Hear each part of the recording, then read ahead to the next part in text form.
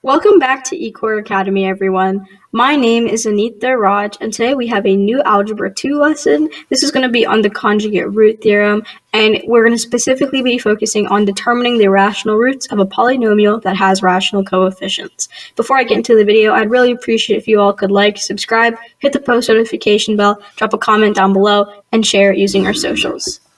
The first aspect of the conjugate root theorem you're going to need to understand are how do we find its roots. So if we have some polynomial, which we're going to call p of x, and the coefficients of each of the terms in p of x are rational, meaning you can write these terms as simplified fractions, then if we're trying to find any irrational roots, which we will find if we set p of x, the polynomial, equal to 0 and then solve, we can find the roots or solutions or x-intercepts, whatever you want to call them. We can find any of the irrational ones, and remember when we say irrational, we mean numbers that cannot be written as a simplified fraction, like 1.6 something repeating, and except 1.6789 whatever repeating.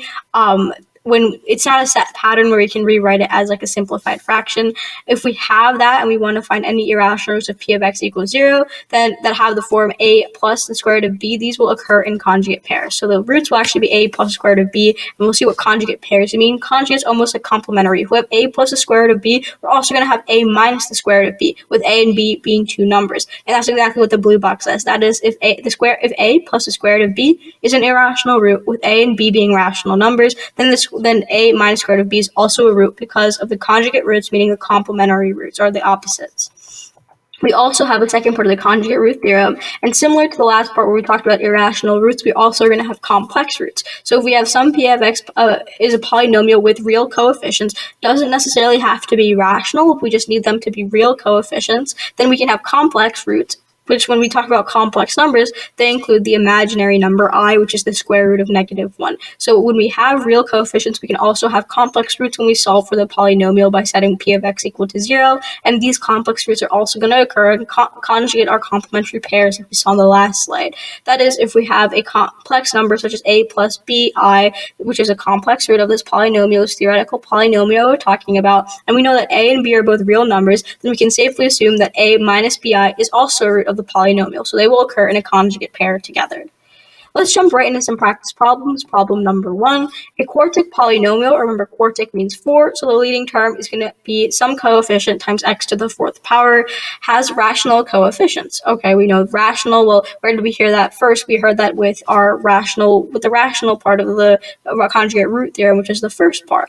If the square root of 2 and 1 plus I are roots of p of x equals 0, what are the two other roots? So when we set p of x equal to 0, again, we don't know what the polynomial is. So we're actually trying to find all the roots of the polynomial without even knowing what the polynomial is. You're probably thinking, we can't do this. We've only been given two roots. We don't even know what the polynomial is. We're setting it equal to 0. We don't know what p of x is. And now we're asked to find the two other roots. But we actually can, and I'll show you through my work. So we're told that this quartic polynomial has rational coefficients. When you hear rational, you know that you can use the conjugate root theorem. We've been given two of the roots already, the square root of 2 and 1 plus I. Here you have an irrational number, but it's a real number because when you square root 2, you're going to get some repeating fraction. Can't simplify it as a simplified fraction, and then you have 1 plus I. This is a complex number because you see the imaginary I here. By the conjugate root theorem, we can safely say that there's going to be a negative root 2. There's a positive root 2, and this polynomial has rational coefficients. You're also going to have a negative root 2. Remember, conjugates, they come in pairs. You have a positive root 2, you're going to have a negative root 2. If you have, for example, a positive 5, you're going to have a negative 5, root 5, that is.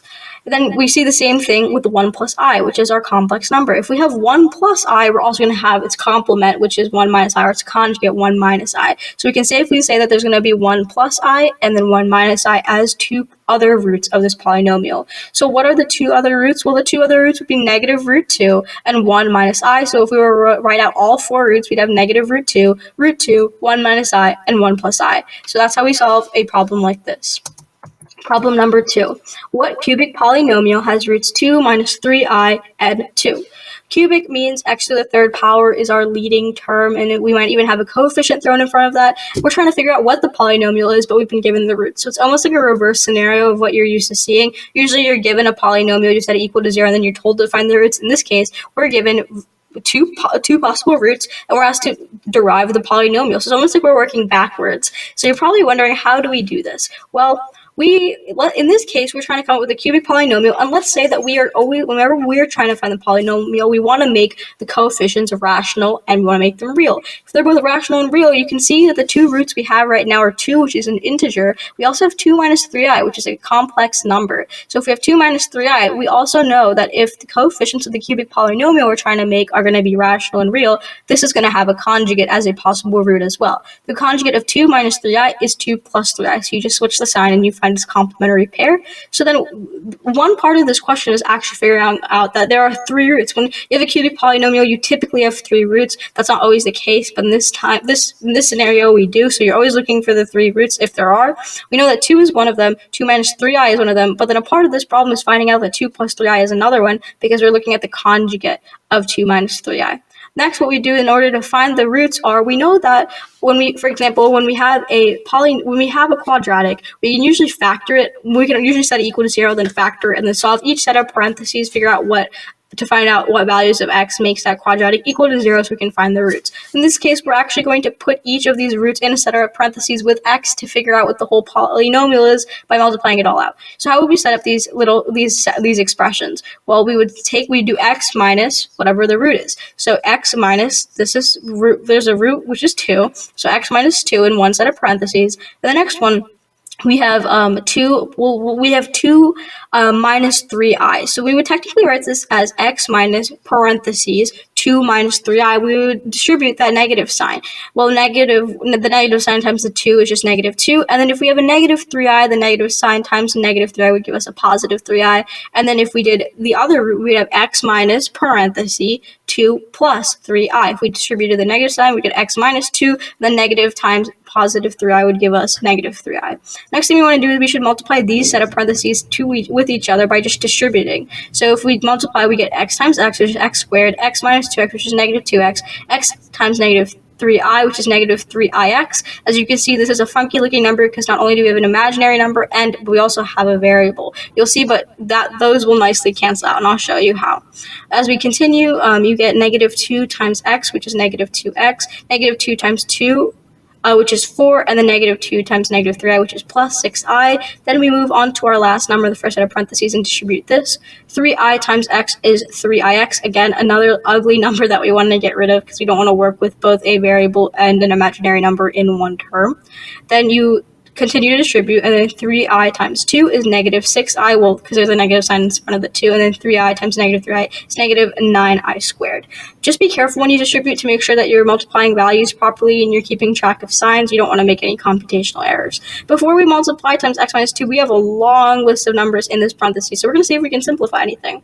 We see that there are no other x squared terms, so I'm just going to bring that down, write that down in this parenthesis. Let's see if there's any x terms. We have this negative 2x here, a negative 2x here, and that's pretty much it. So we're going to combine these two. Negative 2x minus negative 2x is just going to give us negative 4x. Next, let's see if there's any other ix terms. We have a negative 3ix here, and we also have a positive 3ix here. Luckily, these are opposite signs, so they're going to cancel. Let's continue, and we see we have a 6i term here. We also have a negative 6i term here, and they're the only I terms, and these two will cancel because of their opposite signs. And then we have a negative I squared. We actually, when you see I squared is actually equal to negative 1. So this is technically negative 9 times negative 1, which is equal to 9. We also have another integer here, 4. So 4 plus 9 is 13. So make sure you can combine like terms correctly, and then we distribute. X times x squared is x cubed, x times negative 4x is negative 4x squared, x times 13 is 13x. Distribute the 2, negative 2 times x squared is negative 2x squared, negative 2 times negative 4x is positive 8x, and then negative 2 times 13 is negative 26. We're going to combine like terms once again. There's no other x cubed term, so I'm just going to write x cubed as our leading term.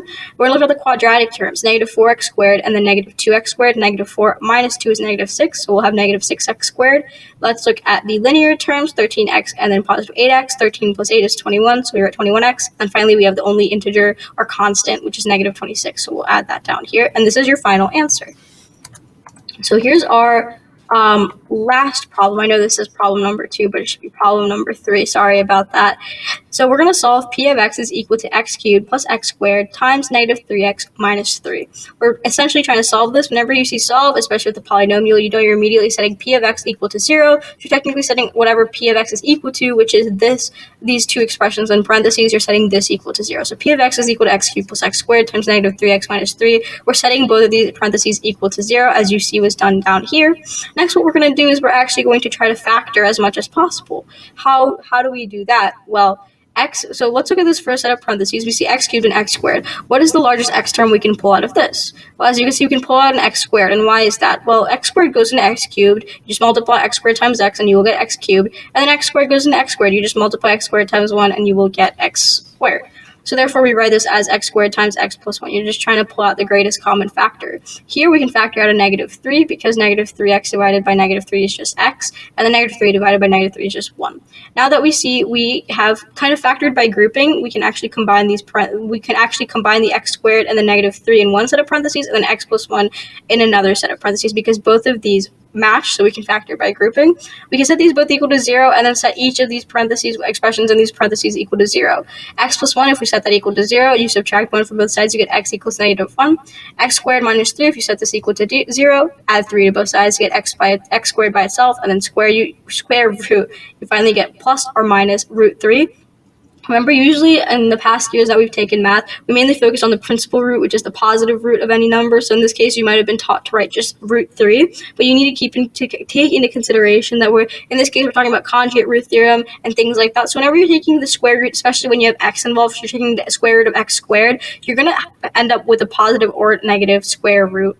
So just keep that in mind when you're working with variables like x, you're taking the square root of x. It can be either one unless otherwise specified in the directions, especially because we're working with the conjugate root theorem, where you need both of the complementary root 3 and negative root 3. So these would all be the solutions to this problem. That's all I have for you today. I hope you enjoyed the video. If you did, please like, subscribe, hit the post notification bell, drop a comment down below, and share using our socials. I'll see you in the next Algebra 2 video. Bye!